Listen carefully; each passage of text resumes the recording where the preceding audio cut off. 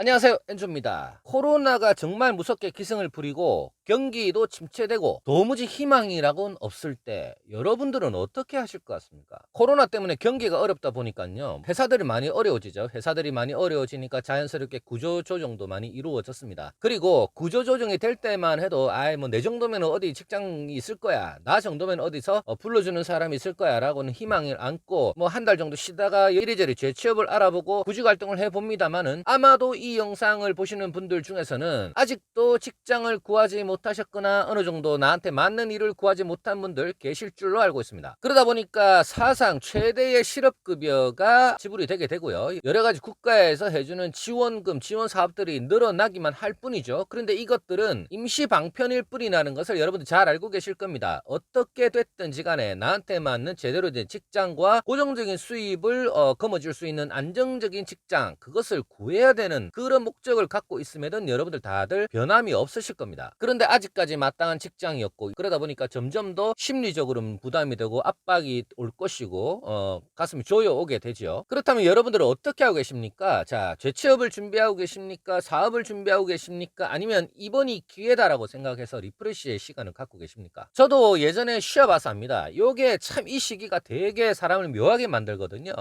처음에는 리프레시 기간으로 삼고 재충전의 시간을 좀 가지자라고 해서 나름 책을 읽거나 아니면은 그동안에 관심 있었던 부분들에 대한 어떤 조사도 하면서 시간을 보내게 됩니다. 그러다 보면은 시간이 조금 지나가면서 심리적으로 압박이 많이 생기죠. 심리적으로 압박이 많이 생기다 보면 조급해지죠. 조급해지다 보면 내가 생각했던 것, 내가 목표로 했던 것을 잘 달성하기 어렵다 보니까 약간 뭐 레벨을 내린다든가 뭐 수준을 내리다든가 하는 나름대로의 판단을 많이 하게 되겠죠. 근데 요까지는 좋습니다. 요까지는 굉장히 왕성한 활동을 하는 시기예요.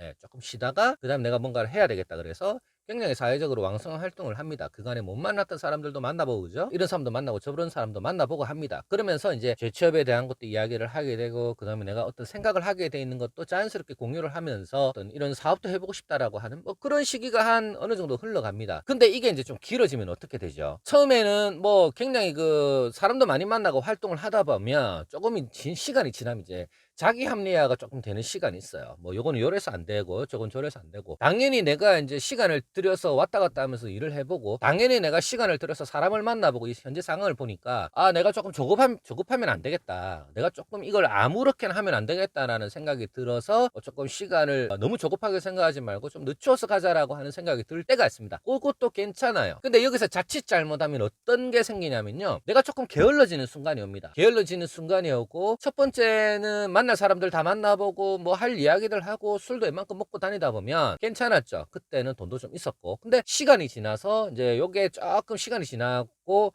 내 몸에 이제 어떤 약간의 느긋함이 배이다 보면 사람들 만나는 횟수도 줄어들고 나가서 활동하는 횟수도 줄어들고 조금 뭐랄까 움츠러드는 그런 기간들이 있어요. 자, 이제 여기서가 문제입니다. 사람이 움츠러들다 보면요, 먼저 내 지갑을 닫게 돼요. 왜? 내가 이제 기존처럼 이제 안정된 벌이가 없다 보니까 그 벌이가 없는 상태에서의 수준, 생활 수준을 만들어 나가야 되거든요. 그러다 보니까 결국 그런 의미 없는 만남과 의미 없는 지출을 안 하게 되다 보니까 돈을 점점 줄이게 되고, 자, 이제 나가지 말자, 사람 그만 만나자, 뭐 그러다 보니까 전화로 한다거나 뭔가 이제 다른 방법을 찾게 됩니다. 그러다가 시간이 조금 지나면 점점 더 그런 활동이 줄어들고 밖에 나가지 않으니까 내 스스로가 조금 게을러지는 부분이 있어요. 여기서 핵심입니다. 이 게을러지는 순간이 오면 그냥 내 몸만 게을러지는 게 아니에요. 이 머리도 게을러진다라는 거죠. 머리가 게을러지면서 이 정신의 내 육체를 지배합니다. 예를 들어 조금 늦게 일어난다든가 늦게 잔다든가, 그 다음에 뭐 세수도 안 한다든가, 집에 계속 항상 있다 보니까 그래요. 그 다음에 이제 옷 같은 것도 그냥 대충 입고 모든 것들이 루즈해져요. 이 삶이 루즈해지다 보니까 자기 관리에 실패합니다. 여러분들 자기 관리에 실패하면 어떻게 돼요? 살찌죠. 그 다음에 뭐 머리도 정리가 안 되죠. 모든 것들이 개인 청결이 정비가 안 된 상태다 보니까 굉장히 사람이 나태해지고 게을러집니다. 그런데 어느 날 누군가가 나한테 면접 자리를 소개해 주거나 사람을 소개해 주거나 일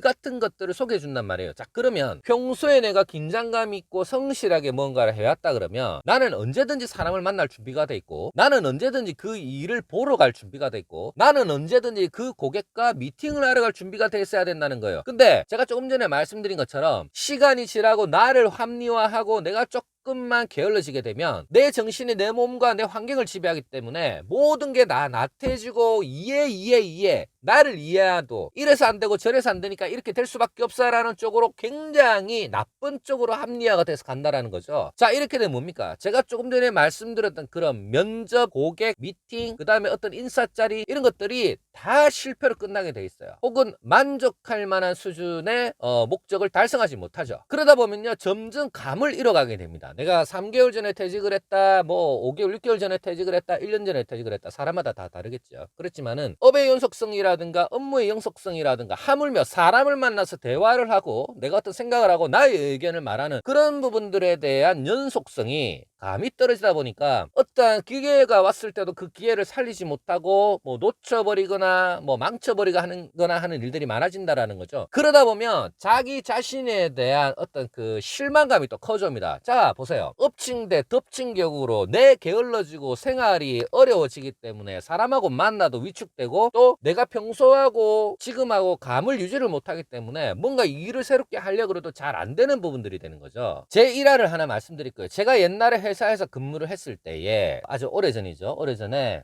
근무를 했을 때 그 회사가 칠사제를 했었어요. 칠사제를 한 적이 있어요. 우리나라 최초로 칠사제를 했었는데 이게 7시까지 출근을 한다는 게 그 당시에는 제가 완전히 그냥 돌아버릴 정도로 이게 미친 짓이라 생각을 했는데 이게 4시에 퇴근을 하다 보니까 4시 이후에 시간이 굉장히 많이 남죠. 그 당시에 그 회사에서는 4시 이후에 퇴사를 한다.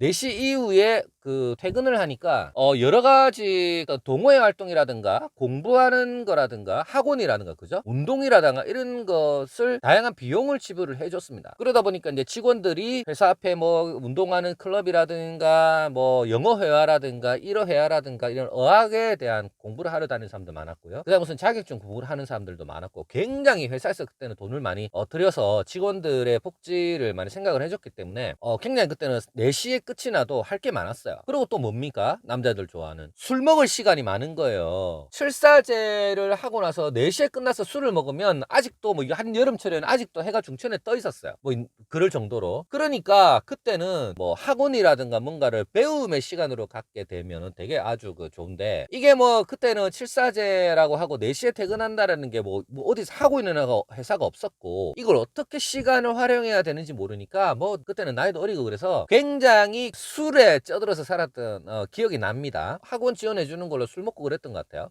그래서 최소한 7시까지는 회사에 자리에 앉아 있어야 되는 그 강박관념 때문에 내 그 페이스 조절을 잘 못하니까 뭐 술을 먹다가 자면 되는데 또 자다가 일어나서 또 술을 먹고 하다 보니까 한 얼마 동안 이게 내 컨트롤이 안 돼가지고 되게 아침 출근이 어려웠던 그런 시절이 있었습니다. 그때 제 직속 상사였던 그분이 뭐 제가 이제 선배 했었는데 그분이 이런 말을 하시더라고요.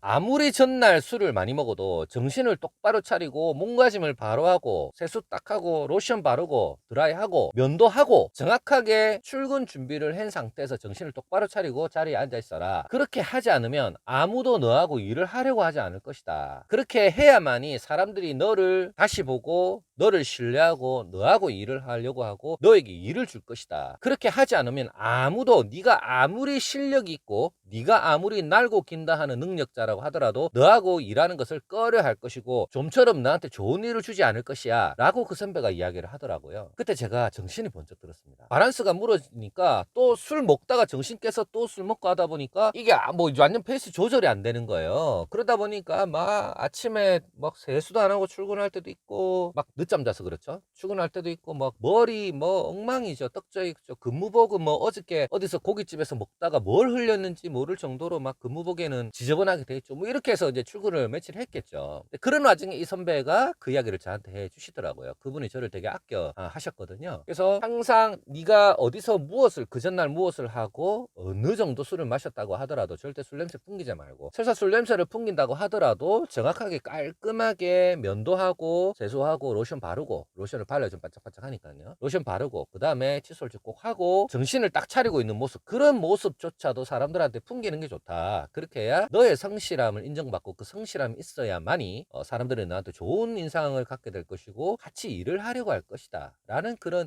내용이었습니다. 물론 그 말을 또 깨닫는데도 좀 시간이 걸렸긴 합니다. 물론 지금 세월이 많이 지나고 난 다음에 문득 그 선배 이야기가 생각이 나는 이유는 조금 전에 제가 여러분들한테 말씀드리는 것처럼 자, 구조조정 재취업해야 돼요. 사업 망했어요. 다음을 노려야 돼요. 어디서 그 국책 과제 같은 게 있으면 받아가지고 또 한 번 더 도전을 해봐야 돼요. 여러 가지 자기 꿈이 있고 목표가 있는 분들이 있으시지 않겠습니까? 그러면 자기 스스로가 자기를 나태하게 만드는 짓을 절대 하면 안 된다는 말씀 드리는 거예요. 내가 조금 어렵고 힘들고 조금 먼 길을 갈 수 있는다고 하더라도 그럴수록 자기 자신한테 냉정해져야 되고 자기 자신을 너무 관대하게 생각하면 안 된다는 겁니다. 어떻게 보면 자칫 잘못하면 뭐 조금 그 어려운 상황이야.